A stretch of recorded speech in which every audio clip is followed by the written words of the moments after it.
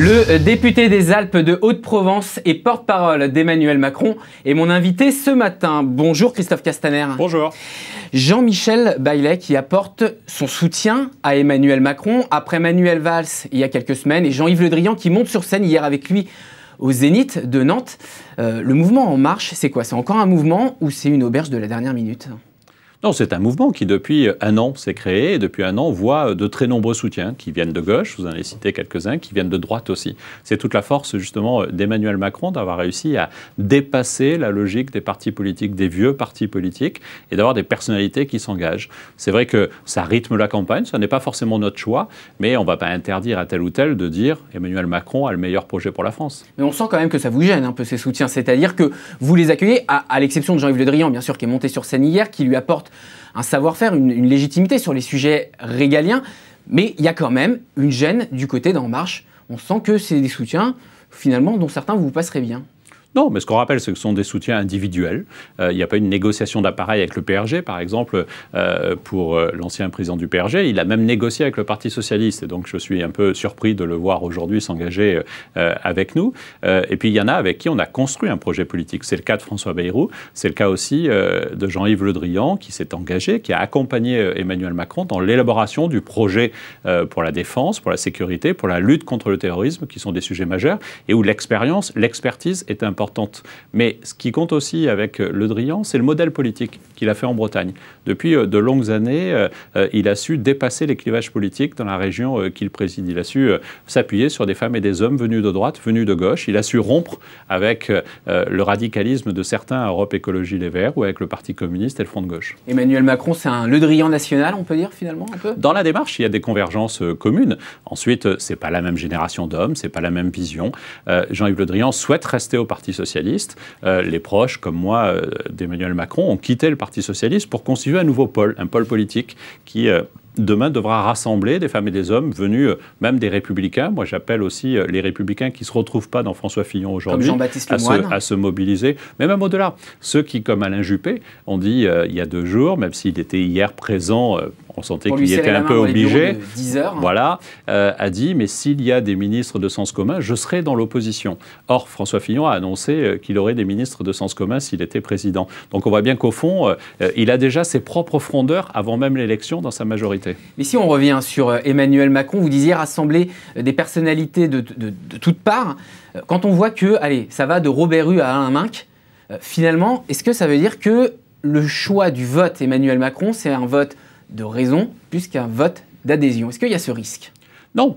Les personnes que vous avez citées ont choisi le projet politique d'Emmanuel Macron, mais ce ne sont pas des gens qui sont au cœur du système, ils n'ont pas élaboré le projet, ils ne sont pas dans le staff de campagne, ils ne s'expriment pas au nom d'Emmanuel Macron, ce sont des citoyens. Leur voix compte pour une voix.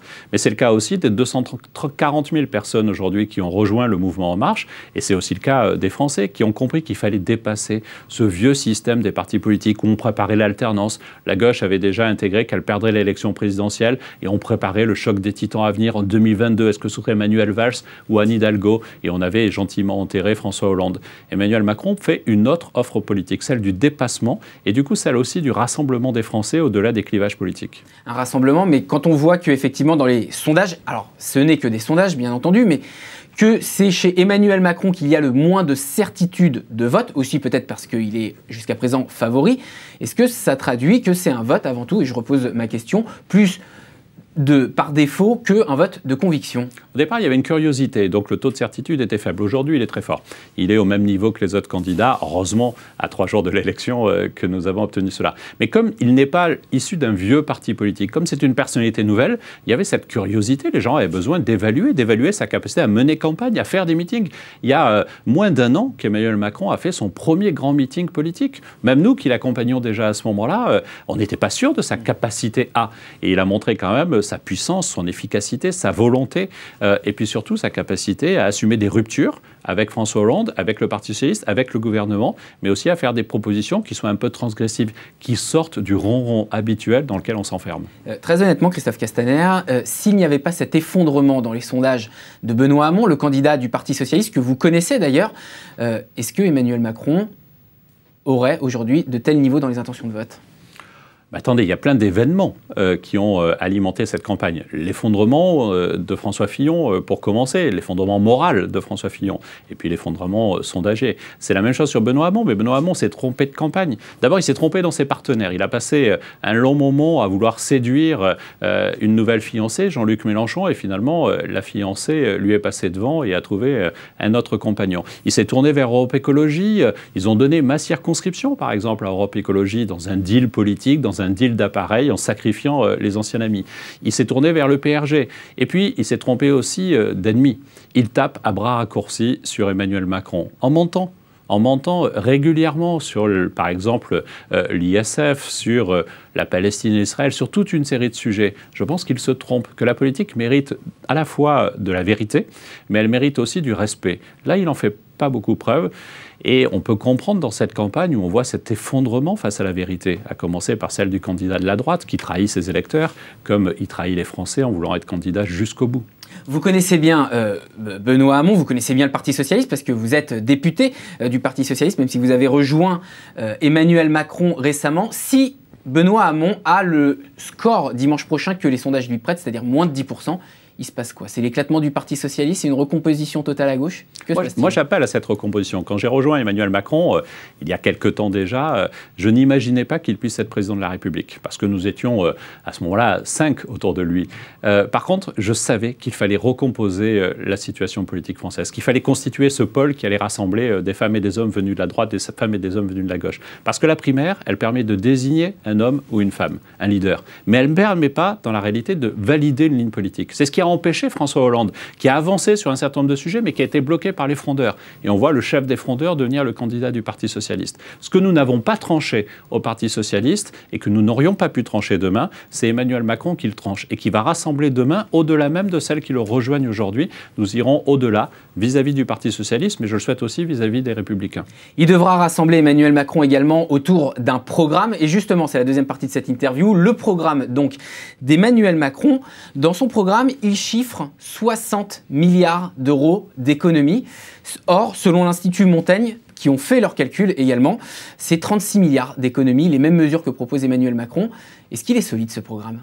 Alors d'abord, l'Institut Montaigne a évalué l'ensemble des programmes et reconnaît que celui d'Emmanuel Macron est celui qui est le plus près des objectifs fixés. Oui, mais ensuite, il y a quand même un écart de 24 milliards. Ensuite, ils ont un regard critique. Jean Pisani-Ferry, qui est le responsable du projet et du financement du projet chez nous, a répondu à l'Institut Montaigne, a contesté leur analyse, notamment sur les perspectives de croissance, sur l'objectif d'un taux de chômage à 7% à la fin de leur mandature. C'est une discussion d'experts. Mais dans tous les cas, l'objectif doit être le même. Et si nous n'arrivons pas à réduire cela, nous serons avec nos finances publiques qui continuera à déraper. Le seul engagement important, ce n'est pas un engagement chiffré, c'est celui de réduire notre dépense publique. Je crois que c'est majeur. Et cet objectif de 60 milliards, il doit être atteint. Non pas pour faire plaisir à Bruxelles, comme nous taxent certains, mais tout simplement parce que, comme tous les Français, l'État doit arrêter de dépenser plus que ce qu'il gagne. Mais je vous pose la question parce que la solidité du programme économique, elle est importante dans la mesure où, si je regarde par exemple les Échos ce matin, les intentions d'embauche sont à un niveau record en France selon une étude de Pôle emploi. D'un autre côté, la CFDT est devenue le premier syndicat en France devant la CGT. Le FMI a relevé ses prévisions de croissance pour cette année pour la France. C'est-à-dire qu'il y a quand même un contexte favorable. Est-ce que Emmanuel Macron, avec son programme, il agira tout de suite s'il accède à l'Élysée ? Immédiatement, il a annoncé dès cet été la réforme du droit au travail. Non pas pour baisser le droit du travailleur, mais pour faire de la flexibilité. Non pas pour casser le code du travail, mais pour faire en sorte qu'on pose le principe, non pas de la défense d'un code du travail quelquefois obsolète, mais d'un droit au travail pour tous. Pour faire en sorte qu'on puisse libérer les embauches. Parce qu'on sait bien qu'aujourd'hui, un chef d'entreprise, un artisan de Fort-Calquier dans ma commune a peur d'embaucher. Et donc, dès cet été, nous légiférerons par ordonnance pour faire en sorte que nous puissions aller le plus vite possible, pour amplifier l'effort et pour faire en sorte que cette tendance plutôt positive que la France connaît puisse atteindre des objectifs plus rapidement encore. Mais notre objectif, c'est 7% de l'emploi. Est-ce qu'il n'y a pas un risque à ce que ce programme, il y ait des revirements dès la première année du quinquennat, ce qu'ont connu d'autres politiques? Bien sûr que non, parce que d'abord, le chiffrage n'est pas bancal.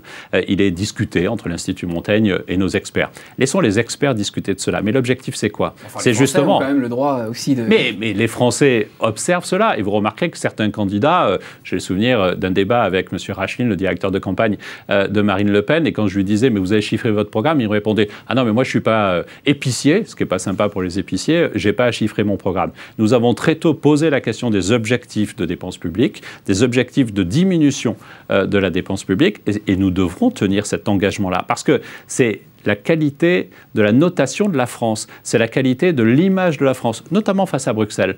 Nous voulons être exemplaires pour peser sur l'Europe et la faire changer, parce que c'est à l'échelle de l'Europe que nous défendrons aussi notre économie et nos emplois en France. Mais nous devons, en France, donner les moyens, par une baisse de charges, par une augmentation du pouvoir d'achat pour les salariés, donner les moyens du développement économique, amplifier ce qui a été lancé par François Hollande. Il faut reconnaître qu'il a permis aux socialistes de comprendre que c'était dans l'entreprise qu'on créait de l'emploi et pas dans la fonction publique. Et faire en sorte que nous puissions améliorer encore la situation des Français. Bon, pour faire simple, vous visez quand même un triple A du sérieux budgétaire, on peut le dire comme ça, oui, sans que ce soit péjoratif, même si ça fait référence aux agences de notation qui sont décriées. Mais face aux Échos, on peut reconnaître aussi le sérieux de ces notations. Mais je recevais il y a quelques temps, il y a quelques semaines ou quelques mois, je ne sais plus, sur ce plateau, Benjamin Griveaux, que vous connaissez, qui est également porte-parole d'Emmanuel Macron. On parlait du chômage de longue durée en France. Il me répondait formation, et dans le programme d'Emmanuel Macron, il veut former 1 million de jeunes peu qualifiés éloignés du marché de l'emploi, 1 million de chômeurs de longue durée qui sont également faiblement qualifiés. Finalement, quand on parle souvent de la formation professionnelle en France, on dit souvent que ça privilégie ceux qui sont déjà en entreprise et pas ceux qui sont éloignés du marché de l'emploi. Concrètement, vous faites quoi, maintenant que vous avez révélé votre programme dans les détails, vous faites quoi pour que justement ceux qui sont éloignés de l'entreprise puissent avoir accès à des formations qui leur donnent un emploi demain? Le diagnostic que vous faites est bon. Aujourd'hui, 32 milliards d'euros sont mobilisés chaque année dans la formation. C'est majeur. Ça met un niveau de leader européen. Et pourtant, on s'aperçoit que ceux qui ont besoin de cette formation ne sont pas les mieux servis. Pourquoi? Parce qu'il y a plusieurs acteurs, il y a plusieurs chapelles. Et donc, la première des choses, c'est casser les chapelles. Faire en sorte qu'on mobilise des investissements sérieux. Nous souhaitons mobiliser 15 milliards d'euros sur la formation. C'est non négligeable sur les 60 milliards d'euros du projet politique, sur les 50 milliards d'euros du projet politique porté par Emmanuel Macron, justement sur la formation, et faire en sorte que nous puissions créer des droits nouveaux pour les chômeurs, avec l'universalité, par exemple, du droit au chômage, mais aussi des devoirs nouveaux. Et dans ces devoirs, il y a l'obligation de suivre une formation, et nous devrons ouvrir ces formations. Tout comme il y a l'obligation, si on vous fait, après ces formations, 2 offres d'emploi qui correspondent à ce sur quoi vous avez été formé, au niveau de rémunération que vous aviez précédemment et au territoire dans lequel vous vivez, l'obligation d'assumer, de dire oui à une offre d'emploi qui correspond à ce que vous êtes. Investir massivement sur la formation pour préparer la transformation de la société dans laquelle nous sommes. Et cette formation, elle sera financée dans ce programme d'investissement, mais est-ce que les entreprises peuvent également, d'une manière ou d'une autre, contribuer à la formation des chômeurs qui ne sont, par définition, donc pas dans leur entreprise? Il y a cette double dimension. Il y a à la fois la dimension de la formation des chômeurs, qui seront demain la main-d'œuvre, l'emploi de ces entreprises, et donc elles y ont intérêt, mais il y a aussi la transformation de l'emploi. Je vais vous prendre un exemple. L'agence bancaire de Fort-Calquier, dont on parle de la fermeture, son directeur d'agence qui a 55 ans, qui est un bon manager, qui a connu un métier qui est en profonde transformation parce que la banque est en train de se transformer. On en fait quoi? On le jette? Non. Et donc il faut le former au nouveau métier. Et donc il faut aussi travailler sur cette formation endogène au sein de l'entreprise. C'est un enjeu majeur. La société se transforme, l'emploi se transforme. Soit on fait peur, soit on considère que plus rien n'est possible, comme Benoît Hamon, et qu'il faut indemniser les gens qui n'auront plus de travail, soit au contraire, on en fait une formidable opportunité. C'est le pari de la confiance que veut faire Emmanuel Macron. Merci Christophe Castaner d'avoir été avec nous ce matin dans Les Échos. Juste avant de terminer, ça se joue désormais dans un mouchoir de poche. Le premier tour entre 4 candidats selon les sondages. Juste pour terminer...